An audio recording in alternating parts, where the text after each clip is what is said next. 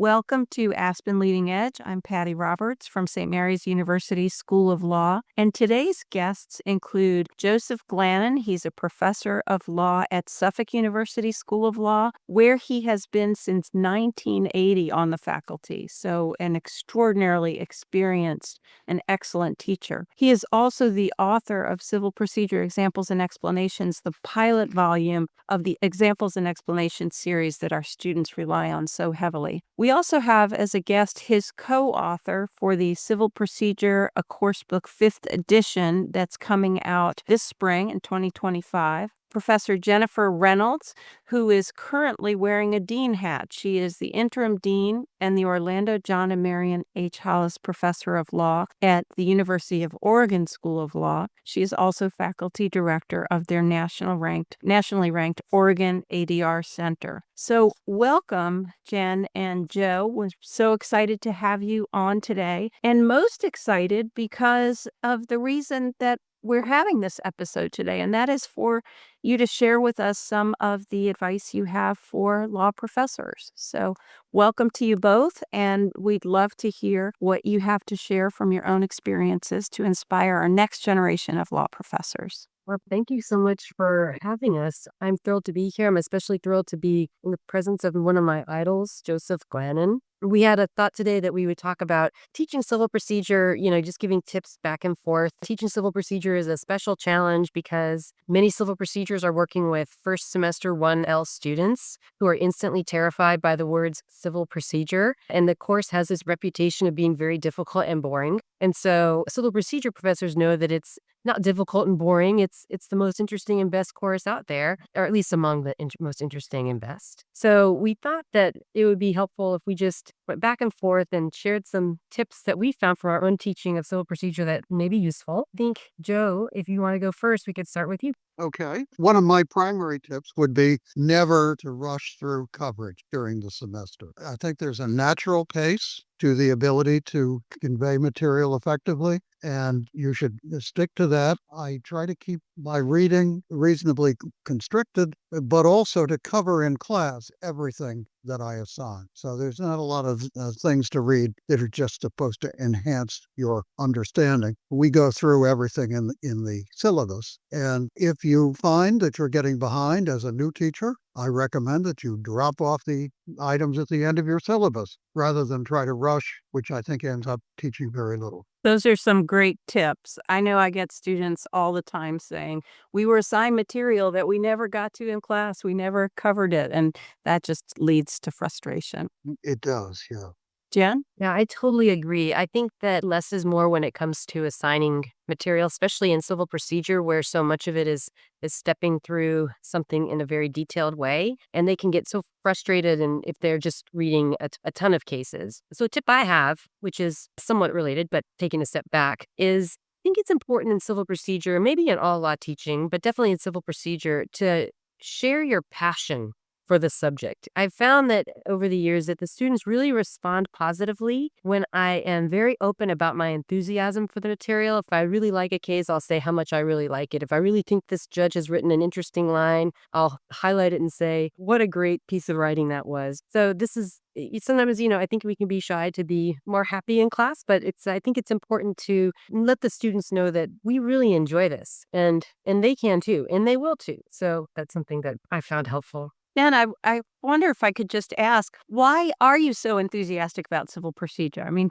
for the person who's trying to decide which courses to teach. Well, I think civil procedure it's a set of rules about how we resolve disputes. And I think that is by itself just inherently interesting, that we would come up with this system that attempts to, in a fair and balanced way, help people work through a dispute that they can't obviously work through on their own. I mean, part of the section of the book that I wrote in this new 5th edition is about alternative dispute resolution and about alternatives to litigation. But civil procedure just creates such a roadmap for what it is that many of the students are going to be doing. And it also introduces them to a lot of really deep concepts around jurisdiction or, who can do what and standards of review. And so it's just got this amazing mix of the very practical and the very philosophical that make it just an extremely fun course to teach, and I hope to learn, but definitely to teach. Patricia, when I came on the faculty, there were two things that were clear. The new kid on the block was going to direct the legal writing program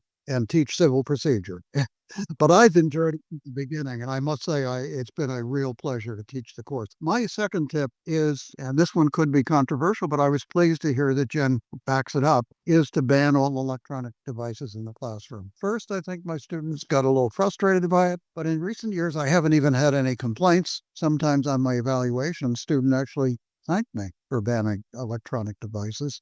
And I really think it's contributed to the concentration and the general discussion in the class. I 100% agree. I also ban electronic devices, including phones. I make it clear in the syllabus that there'll be no electronics absent an accommodation, of course. And I too have had remarks on my evaluation saying how much they appreciated not having a device-free environment. Now, some students, wish they had their computers, and I explained to them that the problem with using your computer in a class like this, if you can avoid the temptation of getting distracted, which I cannot avoid the temptation of getting distracted if I have a device around, so that would be an immense amount of willpower. There's a temptation just to sort of, like a stenographer, take down every single note that you're hearing and not really engage and be present. So I think that it's a good exercise for them in developing their concentration, for them to not have that screen or device right in front of them. Well, I know that that is something that many professors choose to do in these days. And I'm wondering, what is your response to the student who says, but I have to have notes and I'm not a very good writer and that kind of stuff. I know some professors will have a note taker for a class if there are no devices. I just wondered if you do anything like that, or you just encourage students to take down certain salient points in handwriting. Patricia, in my course, they have all my books, and that has everything that I know. So I really don't think they need to take notes at all, but it's all available to them. And I don't think there's any necessity. In addition to the studies seem to say that taking notes by hand is more effective in terms of remembering material. Absolutely. And my next tip, after every class, I go back to my office and I send an email to the class, Canvas or whatever, telling them exactly what material will be covered in the next class. So there's never any confusion where I thought we were going to cover certain things and the students thought something else. That's clear. We're on the same page, and that's really important. Oh, I bet they love that. That's great advice. So that's kind of a before the class piece of advice. I always, and I think Joe does this too, at the beginning of every class, I always recap what we talked about in the last class. The students have told me they really, really appreciate this. And it's a way for me to highlight the main concepts that we worked on so that they can kind of organize their thoughts. Occasionally, they'll have questions that came up after the class that they didn't ask during the class, or maybe they even came up during the class, but they weren't sure how to phrase them. And then they can ask them during that recap. Sometimes I style the recap as a retention exercise, and I ask them to write down everything they remember from the last class for 3 minutes. And then they can't look at notes. They can't look at their book. What do they remember? Then during the recap, I can say, let's hear what people remember. And it's really incredible how much they can remember if they just give themselves a chance. And so I think that can also be somewhat empowering, that they remember more than they know. Yeah, and how long do you spend on your recap? It depends on the material. I try not to spend more than 10 minutes or so on the recap, only because I don't want to use up too much time from the class. Sometimes, though, the recap, I can tell that the students need more of a recap because we're doing something hard like supplemental jurisdiction. And so I try to build the recap kind of into the rest of the class itself. So it really depends, but I try to make it like a 10-minute thing at the most. May I offer my next piece of advice? When I started teaching, I tried to be stern and demanding, et cetera, et cetera. Increasingly, I've gone to the other end. I really work to compliment my students when they do say something well. When a student responds not just with kind of an in the ballpark answer, but with really specific, articulate use of legal terminology, I just praise them to the skies and think that's a very effective way to engage students. I think that would be. I can imagine if you praise me to this, guys, I feel pretty good. I have always been, I tried to be stern at the very beginning of my teaching career, and it just didn't really work. I couldn't really pull it off. So I think that that's great advice. One thing I tell my students in terms of engaging them during the session is that when they're not being called on, they should pretend as though they are being called on. And so they should try to imagine in their minds what they would say is the answer to the question. And that way they don't get kind of zoned out when other people are being questioned about a certain case. And if the other person starts to struggle, they're ready to help. They can kind of pitch in, because I think it's important for the students to think of each other as people they want to see succeed. These people are all going to be going into practice together, or they'll be in the same legal industry, and they may encounter one another.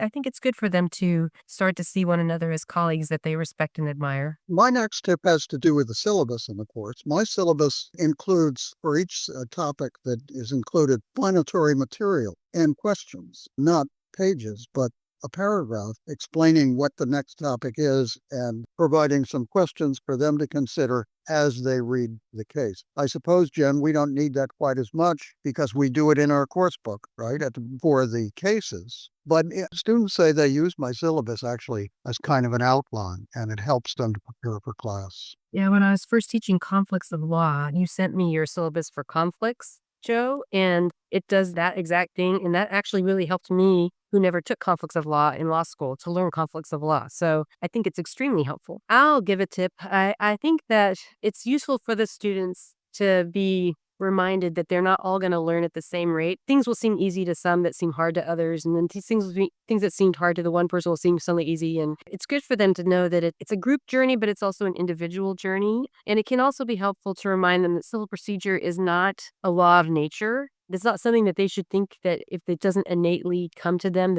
that they're somehow unable to understand it, that it's a human-made thing. And sometimes it doesn't make any sense. And so sometimes we just learn how it works without thinking to ourselves that we should have known how it worked all along. So I feel like students find that a helpful frame, so that they don't feel so alienated from the topic when it gets confusing. Judge Posner once said that the law is an instrument of governance, not a hymn to intellectual beauty. I find myself quoting that fairly often when we talk about some of the principles in the courts.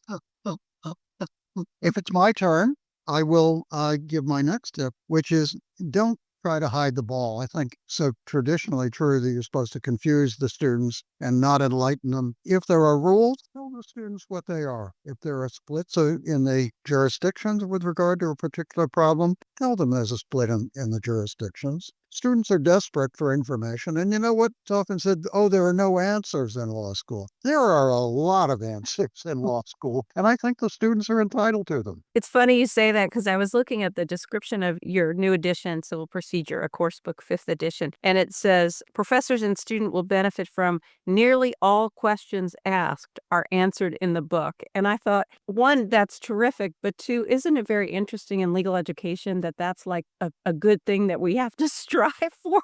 Like, I don't know, other disciplines, do they not have answers in the book? It's unheard of to answer the questions. When the book came out, we thought it was kind of a risky proposition, but we all believed it was the right thing to do. I expected students to love it, but I didn't expect it to be quite as strongly endorsed by faculty, which it certainly has been. So share a little bit about that. What is the feedback you're getting from students and faculty who have used this? Well, you don't get a lot of feedback on on books. Certainly they rate it well in student evaluations, but if the topic comes up, my students will generally tell me it's their favorite case book, and it's because it gives them information. Yeah, I agree with you, Patricia. In other disciplines, the goal of a text is to give you information. I think the same is true in law school. Not Absolutely. the only goal, but it's certainly a main goal. This is my first year on the book, and so it's not like they would be trying to cozy up to me by telling me they love the book. They absolutely love the book. That my students every year say it is their favorite book. It's the best book that they use in all of their 1L courses. And I think it's because the book is completely geared to explaining civil procedure and not trying to confuse them. Also not kind of leading them into sort of a jurisprudential mire. It's important for them sometimes questions are more complicated and there are more answers than just the one that we might provide, but they've got to have a starting point and they've got to have some kind of grasp. And so the book is really well designed in that way. I was so pleased to be able to be part of it because I think it truly is a teaching text. Jen, do you feel that giving answers to the students in the book enhances class? I absolutely do because they're learning. And so I don't feel like they think to themselves, well, I already knew all this. It's difficult enough that they still want class to kind of confirm what it is that they think that they're beginning to understand. And sometimes the questions and answers, they still need a little more context or help making sure that they're getting it. And so I think it just gives them a little more confidence to like really engage and lean in. Absolutely. I think it's your turn, Jen. Okay, so one tip I have is, and this is along the lines of making sure that the students feel like they are connecting with the class, is to do a mid-semester check-in. I know a lot of people do this. And some people don't. But if you don't do it, you absolutely should consider it because you just ask the students in the mid-semester to write down what's working well for them in their learning, what's not working as well for their learning. They just jot some notes, they turn it in the next class, you can review. Yeah, they're usually going to be trends. And it's almost always going to be a bunch of things where some students say, I like group exercises. Some say, I don't like group exercises. Some say, I like, the electronics policy. Some say that, so there are things that typically come up that you can explain your pedagogy a little bit while you're making the choices that you're making. So at least they can understand. And sometimes they identify things that you truly aren't aware of. Like 1 year early on in my teaching, a couple of students noted that I called on men first every time. And I was horrified to read that because absolutely not my intention. So I wondered what it was I was doing. And I realized that I was actually just calling. I was so nervous about being a new teacher. I was just calling on the first hand I saw every time. And often that first hand was a man. And so Like always was a man.